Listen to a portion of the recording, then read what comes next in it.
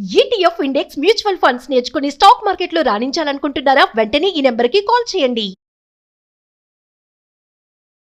నమస్తే, నా పేరు doctor Solomon Raj, advocate, supreme court of India. Welcome to Suman television. గత వారం మనం చూసాము, సుప్రీం కోర్ట్ ఆఫ్ ఇండియా వారు ఒక కీలకమైన నిర్ణయం అయితే తీసుకొని సెంట్రల్ గవర్నమెంట్కి ఒక డైరెక్షన్ ఇచ్చారు. పితృత్వ లీవ్ అని చెప్పి, అంటే ఇంగ్లీష్లో ప్యాటర్నిటీ లీవ్ అంటారు. అంటే ఇండియాలో మనం చూసుకుంటే ప్రెగ్నెంట్ మదర్స్కి ప్రెగ్నెన్సీ వచ్చిన తర్వాత లీవ్స్ ఉన్నాయి, దాన్ని మెటర్నిటీ లీవ్ అంటారు. మరి ప్యాటర్నిటీ లీవ్ ఎందుకు లేదు అన్న ఒక ప్రశ్న. అంటే ఇండియాలో పూర్తిగా లేదా అని చూస్తే ఇండియాలో ప్యాటర్నిటీ లీవ్ ఉంది, కాకపోతే ప్యాటర్నిటీ లీవ్ అన్నది ఓన్లీ సెంట్రల్ గవర్నమెంట్ ఎంప్లాయీస్కి ఉంది. మొన్న రీసెంట్గా గత వారంలో సుప్రీంకోర్టు వారు central government, union government of ఇండియాకి డైరెక్షన్స్ ఇస్తూ ఒక లెజిస్లేషన్ ఫామ్ చేయాలి. ప్యాటర్నిటీ లీవ్ అంటే తండ్రులకు కూడా లీవ్ ఇవ్వాలి. తల్లి గర్భం ధరించిన తర్వాత, తల్లి పుట్టబోయే బిడ్డ డెలివరీ అయ్యే ముందు తండ్రులకు కూడా లీవ్ ఇవ్వాలి అని చెప్పి ఇట్లాంటి ఒక లెజిస్లేషన్ ఫ్రేమ్ చేయాలని చెప్పి యూనియన్ గవర్నమెంట్కి అయితే డైరెక్షన్ ఇవ్వడం చూసాము. తండ్రిని సుప్రీంకోర్టు వారు ఒక చక్కటి వాక్యాలు చేశారండి. అదేంటి అంటే, తండ్రుల్ని కేవలం డబ్బుల కోసం చూడకూడదు. అంటే do not see the fathers as only wage earners. Wage earners అంటే ఓన్లీ సంపాదించే వ్యక్తిగా చూడకూడదు, కానీ as a equal important parent కింద చూడాలి అని చెప్పి సుప్రీంకోర్టు వారైతే ది సివిల్ సెక్యూరిటీ కోడ్ అన్న ఈ సివిల్ కోడ్ ని స్ట్రక్ ఆఫ్ చేస్తూ ఒక లెజిస్లేషన్ అయితే పాస్ చేయాలి అన్నారు. తండ్రులు ఎంతవరకు లీవ్కి అర్హులు అన్న ఒక ప్రశ్న వేసుకుంటే, తండ్రులకి ప్యాటర్నిటీ లీవ్ అవసరమా? ప్రైవేట్ ఉద్యోగి కావచ్చు, లేదంటే గవర్నమెంట్ ఎంప్లాయీ కావచ్చు, స్టేట్ గవర్నమెంట్ కానీ సెంట్రల్ గవర్నమెంట్ కానీ ఎంప్లాయీ అవ్వచ్చు.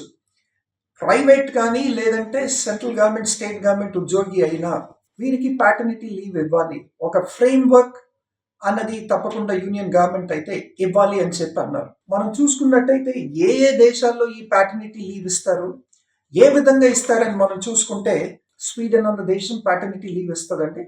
ఇప్పుడు నేను మాట్లాడబోయే దేశాలు చాలా ధారాళంగా ప్యాటర్నిటీ లీవ్ ఇచ్చి అది పెయిడ్ లీవ్స్ అండి.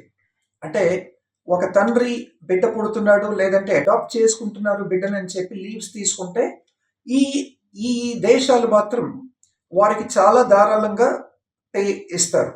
ఫర్ ఎగ్జాంపుల్ యూకే చూసుకుంటే 1 to 2 weeks అన్న ప్యాటర్నిటీ లీవ్ తీసుకోవచ్చు. కాకపోతే ఇక్కడ పర్ వీక్ 172.80 pounds అన్నది ఆయా సంస్థలు తండ్రులకు పే చేయాల్సి ఉంటుంది. ఇంకా ధారాళంగా పే చేసే కంట్రీస్ అయితే స్వీడన్ ఉంది, జపాన్ ఉంది, నార్వే ఉంది, దాని తర్వాత ఐస్లాండ్ ఉంది, స్పెయిన్ ఉంది. ఈ కంట్రీస్ అన్ని కూడా ధారాళంగా ప్యాటర్నిటీ లీవ్ ఇస్తారు. అదేవిధంగా మనం ప్యాటర్నిటీ లీవ్ ఆఫ్ యూకే చూసుకుంటే ఇందాక మాట్లాడుకున్నట్టు 1 to 2 weeks ఎలిజిబిలిటీ ఉంది.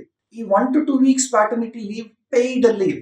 ఈ పెయిడ్ లీవ్ ప్యాటర్నిటీ లీవ్ వచ్చేసి మీరు ఒక బిడ్డని అడాప్ట్ చేసుకున్నా, లేదంటే బిడ్డని తల్లి కంటున్నా, అంటే భార్య కంటున్నా కానీ మీకు ఈ లీవ్ అయితే అప్లికబుల్ అవుతుందండి. ఇప్పుడు మన ఇండియాలో చూసుకుంటే అడాప్టెడ్ పేరెంట్స్కి, అడాప్టెడ్ ఫాదర్కి ప్యాటర్నిటీ లీవ్ అన్నది ఇంకా రికగ్నైజ్ అవ్వలేదు టోటల్గా. అదేవిధంగా సుప్రీంకోర్టు వారు డైరెక్షన్ ఇస్తున్నారు, అడాప్టివ్ ఫాదర్ అయినా, లేదంటే ఒకవేళ న్యాచురల్ గార్డియన్, న్యాచురల్ ఫాదర్ అయినా, బయాలజికల్ ఫాదర్ అయినా కానీ వైల్ అడాప్టింగ్ చైల్డ్ తప్పకుండా ప్యాటర్నిటీ లీవ్ అయితే ఇవ్వాలి అని చెప్పి అంటున్నారు. యూకే మోడల్ మనం చూసుకున్నట్టయితే ఈ లీవ్ అన్నది బర్త్ కన్నా బిఫోర్ స్టార్ట్ అవుతుందండి.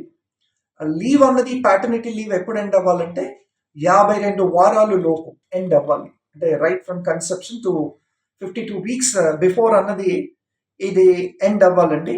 అది కాకుండా ఒకవేళ అడాప్షన్ అవుతే మళ్ళీ వాటికి డేట్స్ ఇవన్నీ కూడా డిఫర్ అవుతాయి. దాని తర్వాత ఒకవేళ ఒక ఫాదర్ ప్యాటర్నిటీ లీవ్ తీసుకోవాలి అంటే కనీసం ఒక 29 days, 29 weeks, 29 days ముందే నోటీస్ ఇవ్వాలని చెప్పి కూడా యూకే లాస్ అయితే చెప్తున్నాయి. అదేవిధంగా మరి ఇండియన్ గవర్నమెంట్ కూడా ఇట్లాంటి లెజిస్లేషన్ ఫ్రేమ్ చేసుకుందా, ఒక బిడ్డని అడాప్ట్ చేసుకునే ముందు, లేదంటే ఒక డ్యూ డేట్ కానీ డెలివరీ డేట్ కానీ గైనకాలజిస్ట్లు ఇచ్చిన తర్వాత ఎన్ని రోజుల ముందు ప్రైవేట్ సంస్థలకి, తర్వాత సెంట్రల్ గవర్నమెంట్ సంస్థలకి ఒక కాబోయే ఫాదర్ నోటీస్ ఇవ్వాలన్నది ఇప్పుడు దాకా ఫ్రేమ్ వర్క్ లేదు. ఓన్లీ సెంట్రల్ గవర్నమెంట్ ఎంప్లాయీస్ ఉంది. అందులో ఓన్లీ 15 days. ఈ 15 days కాకుండా యూకే మోడల్ చూసుకుంటే 2 weeks, వేరే వేరే కంట్రీస్ చూసుకుంటే చాలా ధారాళంగా ప్యాటర్నిటీ లీవ్స్ ఇస్తున్నారు. ఆ విధంగా ఒక లెజిస్లేషన్ అన్నదైతే ఫ్రేమ్ అవ్వాలి. దాని తర్వాత మన యూకే మోడల్ చూసుకుంటే 2 antenatal అపాయింట్మెంట్స్ కి కూడా ఒక తండ్రి, కాబోయే తండ్రి లీవ్ అప్లై చేసుకోవచ్చండి. అంటే యాంటీనాటల్ అపాయింట్మెంట్ అంటే ఏంటి?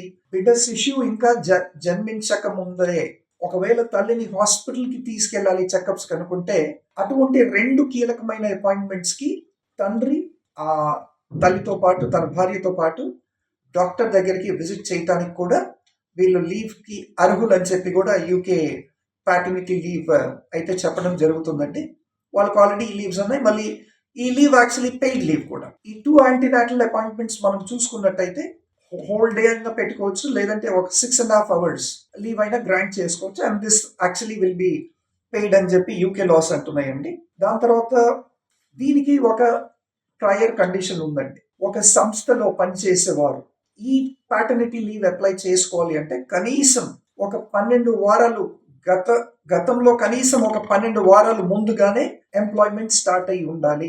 12 వారాల ఎంప్లాయ్మెంట్ తర్వాతే ప్యాటర్నిటీ లీవ్ కి ఆ యొక్క తండ్రి, కాబోయే తండ్రి అప్లికబుల్ అని చెప్పి యూకే లాస్ అంటున్నాయి.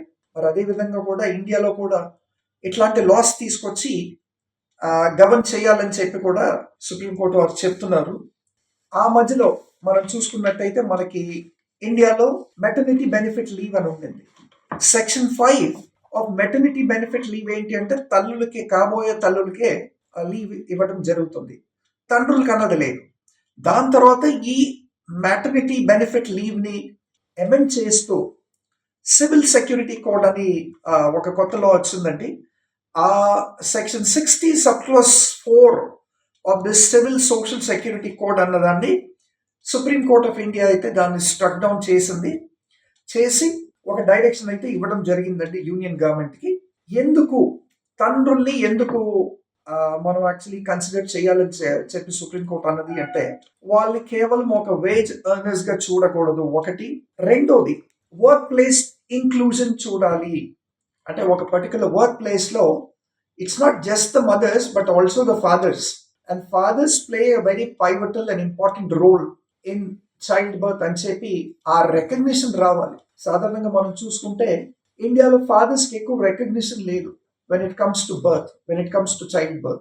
ఓన్లీ మదర్స్ కి ఎక్కువ రికగ్నిషన్ ఉంది, మదర్స్ అటాచ్మెంట్ ఎక్కువ ఉంది.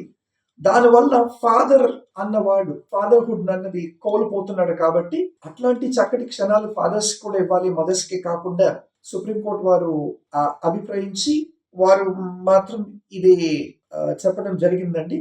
అది కాకుండా షేరింగ్ పేరెంట్హుడ్ అంటే ఒక తల్లి ఒక్కరే తల్లి పైనే బర్డెన్ అవ్వకుండా తండ్రి అయ్యి ఉండి కూడా తండ్రి నిలబడి ఈ పేరెంటింగ్ అన్నది కూడా షేర్ చేసుకోవాలని చెప్పి సుప్రీంకోర్టు వారు అయితే ఈ కీలకమైన ఒక డైరెక్షన్ అయితే ఇచ్చారండి. మనం చూసుకుంటే section 60 subclause 4 of the civil social security code ఇదైతే స్ట్రక్ డౌన్ అయ్యింది. ఇది అంతకుముందు మనం చూసుకుంటే section 5 subclause 4 of the maternity benefit act 1961. Maternity benefit act 1961 ప్రకారం తల్లులకే యాక్చువల్లీ మెటర్నిటీ లీవ్ అన్నది ఇవ్వడం జరుగుతుంది. ఇప్పుడైతే యూకే మోడల్ మనం మాట్లాడుకున్నట్టు ఇండియాలో కూడా ఒక కొత్త లా రావాలని చెప్పి కోరుతున్నాం. Thank you.